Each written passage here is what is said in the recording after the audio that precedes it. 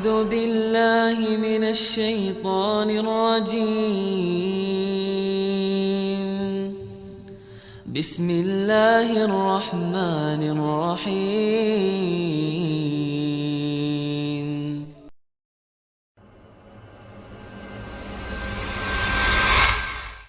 Nabi Muhammad SAW adalah manusia terbaik yang diutus oleh Allah. Memang beliau dipilih oleh Allah Subhanahu wa Ta'ala. Nabi Muhammad SAW adalah orang yang terkemuka di kaumnya, jalur nasabnya terkenal suci, akhlaknya suci, dan satu kota Mekah meyakini kalau Nabi Muhammad SAW adalah orang yang terpercaya. Waktu beliau sedang naik teman-teman sekalian di atas bukit namanya Abi Kubais. Waktu Allah suruh perintahkan, hai Muhammad sampaikan agama ini kepada keluargamu, ke orang Mekah. Maka kata Nabi SAW, hai orang-orang Mekah, hai Quraisy, berkumpul semua orang. Kata Nabi SAW, kalau seandainya saya mengatakan di luar pintu gerbang Mekah sekarang ada pasukan musuh yang akan menyerang kalian, apakah kalian percaya? Kata orang Quraisy semuanya satu Mekah bilang, iya, karena kami belum pernah mendengar kau bohong satu kali pun dalam hidupmu. Gak pernah dusta satu kali pun. Kata Nabi SAW, ketahuilah, saya utusan Allah, di antara dua tangan saya ada siksaan. Maksudnya, yang patuh masuk surga, yang durhaka masuk neraka. Nabi SAW adalah manusia terbaik, jalur nasabnya terkenal paling terbaik. Terkenal dari turunan raja-raja Mekah, karena Abdul Muttalib kakaknya raja Mekah. Juga fisik sangat sempurna. Kata para ulama, kalau seandainya Yusuf alaihissalam diberikan seperti kegagahan dunia, maka Nabi SAW diberikan seluruh kegagahan dunia. Tidak pernah ada orang yang lihat Nabi SAW tidak suka. Sempurna. Disebutkan dalam riwayat kalau beliau tinggi besar, kekar. Tinggi besar dan kekar, gitu kan. Disebutkan jarbu itu tidak terlalu tinggi, tidak terlalu pendek. Dan orangnya kekar semuanya. Nabi SAW kekar, memiliki dada yang bidang, pundak yang lebar, perut yang tersusun seperti batu yang keras. Nabi SAW tinggi, putih, saking putihnya pipi beliau kemerah-merahan, SAW. Dan alisnya tebal berwarna hitam seperti busur panah, melengkung seperti busur panah. Dan bola matanya besar, yang bola matanya yang putihnya putih bersih, yang hitamnya hitam pekat. Sampai para sahabat mengatakan kalau kami ingin bercermin di mata Nabi SAW, kami bisa bercermin karena jernihnya. Hidungnya mancung dan lancip. Beliau memiliki bibir, pipi dan dahi yang sepadan dengan wajah yang tidak oval dan juga tidak bulat. Nabi SAW memiliki rambut tidak keriting, tidak lurus, berombak, yang dibiarkan sampai ke kuping atau ke pundak. Jadi Nabi SAW sangat luar biasa. Tinggi, putih, kekar, gagah, segala macam. Akhlaknya jujur, amanah, orang semua percaya. Memang manusia terbaik ini. Sampai salah seorang sahabat namanya Ka'ab radhiyallahu anhu. Ka'ab ini teman-teman sekalian, dalam hadis Bukhari, pernah lagi lewat di depan rumah Nabi SAW, dan kebetulan waktu itu lagi bulan purnama. Kalau kita biasa pertengahan bulan, tanggal 13, 14, 15 Hijriah, biasa kita puasa Ayyamul Bid. Nah itu kalau pada saat itu lagi bulan purnama tuh. Biasanya bulan indah sekali, bagus gitu, bisa dilihat, jadi kayak besar, warnanya kekuning-kuningan gitu. Kata Ka'ab, saya pernah menyaksikan bulan purnama, gitu kan, di depan rumah Nabi SAW. Maka saking indahnya, rasanya saya tidak ingin mengalihkan pandangan mata saya. Lalu ternyata tidak sengaja, ya, tidak janjian, tiba-tiba Nabi SAW membuka pintu rumahnya, dan beliau keluar. Baru saja mandi, menyisir rambutnya rapi ke belakang, dan Nabi SAW menggunakan jubah berwarna merah bergaris hitam. Dan aku menemukan, kata Ka'ab, Nabi SAW lebih indah daripada bulan itu. Sempurna luar biasa secara fisik, secara akhlak sempurna, jalur nasabnya sempurna.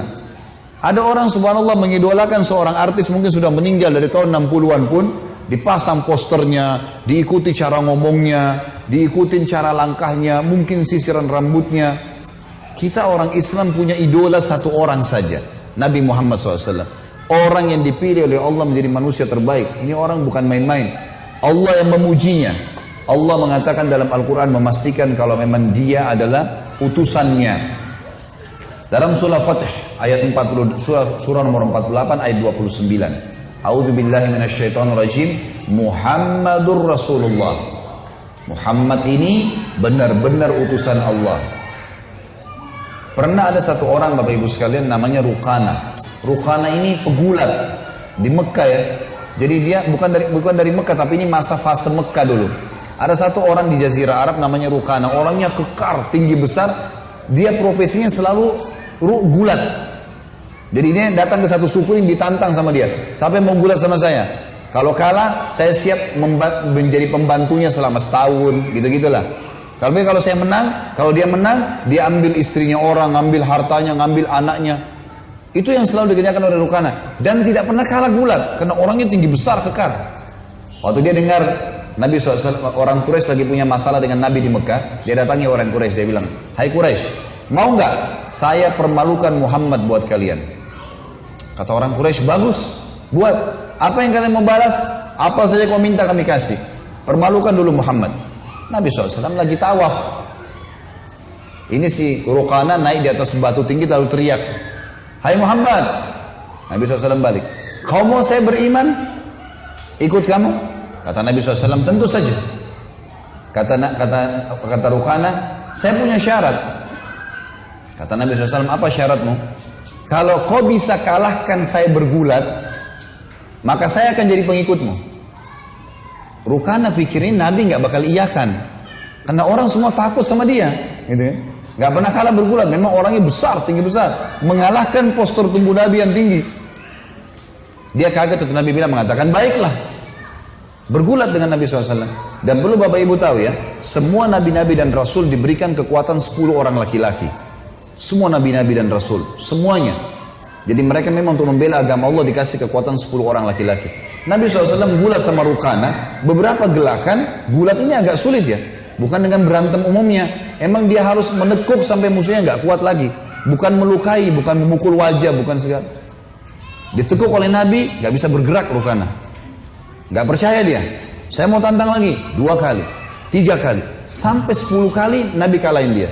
Dan tidak bisa dalam gulat itu susah, dalam 1 kali gulat itu kemudian 10 kali ditekuk musuhnya itu luar biasa.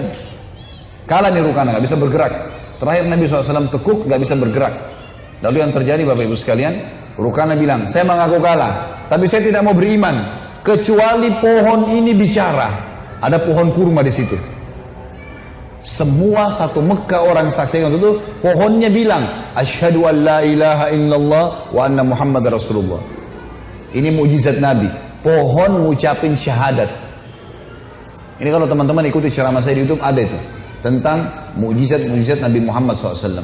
Banyak sekali. Di antaranya ini, pohon aja memberikan syahadat, kesaksian. Pernah Nabi SAW lewat di satu tempat, ada unta lagi ngamuk. Unta ini kalau ngamuk teman-teman di suku Najjar di Madinah. Ini kalau ngamuk bisa gigit, bisa nendang, mirip kuda. Apalagi kalau unta jantan biasanya nggak sembarangan orang bisa taklukkan gitu. Maka Nabi SAW masuk bersama Jabir, sahabat Nabi yang lain radhiyallahu anhum ajmain. Pas masuk kata Jabir, "Ya Rasulullah, hati-hati, di depan anda ini ada unta jantan yang sedang ngamuk." Maka Nabi SAW pun pada saat itu mendekati unta itu dari atas unta beliau. Unta ini lagi ngamuk nih, nyerang-nyerang orang. Kata Nabi SAW, "Ta'al," dipanggil, "kesini kamu." Unta itu. Tiba-tiba unta itu orang semua saksikan, waktu lihat Nabi diam. Kemudian mulutnya diturunkan ke tanah, lalu diseret sama dia sampai di hadapan Nabi. Unta ini diseret sampai di mulutnya sampai di depan Nabi sebagai bentuk kehinaan. Lalu unta itu kata Nabi, "Angkat kepalamu." Diangkat kepalanya. Lalu Nabi bilang, "Mana tali kekangannya?" Diambil tali kekangan, diikatlah. Lalu kata Nabi SAW, "Demi zat Allah yang ubun-ubunku dalam genggamannya, tidak ada sesuatu pun di langit dan di bumi melainkan tahu kalau aku utusan Allah. Mau batu, mau air, mau udara, mau hewan-hewan, tahu semua. Tidak ada sesuatu pun, bisa benda mati, bisa benda hidup dalam mata manusia, di langit dan di bumi, kecuali tahu aku adalah utusan Allah, kecuali pembangkang dari jin dan manusia. Yang lain semua ini beriman sama Allah, nggak ada yang tidak tahu itu adalah Rasulullah, gitu kan. Sekarang para ilmuwan pun teman-teman sekalian, para pemikir Barat non Muslim juga mengatakan, kalau ya Tidak ada pemimpin dunia seperti Muhammad. Dalam 23 tahun dia berjuang di Mekah 13 tahun, 10 tahun di Madinah, kemudian memiliki pengikut terbanyak di dunia. Ini fakta lapangan semuanya. Dan Allah sudah mengatakan memang. Kemudian juga dalam surah Muhammad, Allah turunkan dalam Al-Quran, surah nomor 47 ayat 2, kata Allah SWT, A'udzubillahi minasyaitonirrajim, walladzina amanu wa amilus salihati wa amanu bima nuzzila ala Muhammadin wa huwal haqqu min rabbihim kaffara anhum sayyi'atin wa aslaha balahum. Dan orang-orang yang beriman kepada Allah dan beramal saleh, mengikuti perintah-perintah Allah, juga beriman kepada apa yang diturunkan kepada Muhammad. Aku ini sebagai nabi, utusan Allah, dan itu adalah kebenaran dari Tuhan mereka. Pasti Allah akan menghapuskan kesalahan-kesalahan mereka, dan juga Allah akan memperbaiki keadaan mereka. Teman-teman sekalian, kita harus yakin Tuhan kita satu Allah, jangan pernah sekutukan, itu asas agama. Dan yang kedua, Nabi Muhammad SAW adalah utusan Allah dan punya kedudukan di mata kita. Jangan ragu kalau Nabi Muhammad ini ajarannya untuk seluruh alam semesta. Allah yang mengatakan itu. Banyak ayat diantaranya surah Al-Anbiya, surah nomor 21 ayat 107. A'udzubillahi minasyaitonirrajim wa ma arsalnaka illa rahmatan lil alamin. Kami enggak ngutus kaum Muhammad kecuali untuk menjadi rahmat untuk seluruh alam semesta. Juga disebutkan di dalam Al-Qur'an surah Saba. Surah Saba ini surah nomor 34 ayat 28. A'udzubillahi minasyaitonirrajim wa ma arsalnaka illa kafatan linnasi basyiran wa nadhira walakin aktsaran nasi la ya'lamun. Dan kami tidak mengutus kau hai Muhammad melainkan kepada seluruh umat manusia dari suku manapun dia, seluruhnya, dan sebagai pembawa berita gembira bagi yang patuh akan dapat pahala dan masuk surga, dan sebagai pemberi peringatan, ancaman bagi orang yang membangkangkan masuk neraka. Tapi kebanyakan manusia tidak mau tahu. Saksi bahasan, kami mengutus Muhammad untuk seluruh umat manusia. Juga dalam surah An-Nisa surah nomor 4 ayat 64 Allah mengatakan, A'udzubillahi minasyaitonirrajim wa ma arsalna mir rasulin illa liyuta'a biidznillah walau annahum idzalamu anfusahum ja'uka fastaghfirullaha wastaghfara lahumur rasul lawajadullaha tawwabar rahima. Kami tidak mengutus rasul, kata Allah, kecuali untuk dipatuhi, dan sengaja dari manusia teman-teman supaya kita mudah ikutin. Kalau rasul dari malaikat, pernah orang-orang Mekah bilang begini, hai Muhammad, kenapa kau yang diutus? Kenapa bukan Allah turunkan malaikat saja jadi rasul? Allah jawab, kalau seandainya di muka bumi malaikat, kami akan utus juga malaikat. Tapi karena kalian manusia dari manusia, gitu kan? Karena kalau manusia sama dengan kita, Nabi Muhammad SAW sama dengan kita, lahir dari rahim seorang ibu, juga bayi, anak-anak, remaja, menikah, kemudian ada yang meninggal anak-anaknya, meninggal istrinya, suka duka dilaluin, peperangan dan seterusnya, kemudian sampai meninggal. Mudah kita ikutin hidupnya, gitu kan? Bukan dari golongan yang lain. Lalu kata Allah, sesungguhnya jikalau mereka, para sahabat-sahabatmu hai Muhammad, menganiaya diri mereka, datang kepadamu, lalu memohon ampun kepada Allah, dan Rasulnya memohon ampun kepada Allah, niscaya tentu Allah akan menerima taubat, karena Allah itu maha penerima taubat dan maha penyayang. Kita disuruh teman-teman memperjuangkan agama Allah, agama Rasulullah SAW, mengakui kebenaran dalam surah Al-Imran urutan 3132. Wa atiullaha war rasula la'allakum turhamun. Taatilah Allah, taatilah Rasul, apa yang halal-halal, yang haram-haram di mata Allah dan Rasulnya, agar kalian mendapatkan rahmat. Dan ini banyak sekali teman-teman sekalian, banyak sekali ayat-ayat yang berbicara seperti ini, tapi saya tidak bahas lagi tentunya. Kita sekarang teman-teman sekalian sudah tahu dua pondasi agama kita. Pondasi yang pertama adalah tauhid. Pondasi kedua meyakini risalah Nabi Muhammad SAW, dan tidak ada keraguan dalam masalah ini.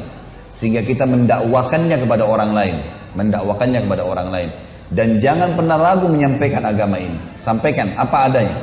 Masalah dia terima tidak terima itu urusan Allah.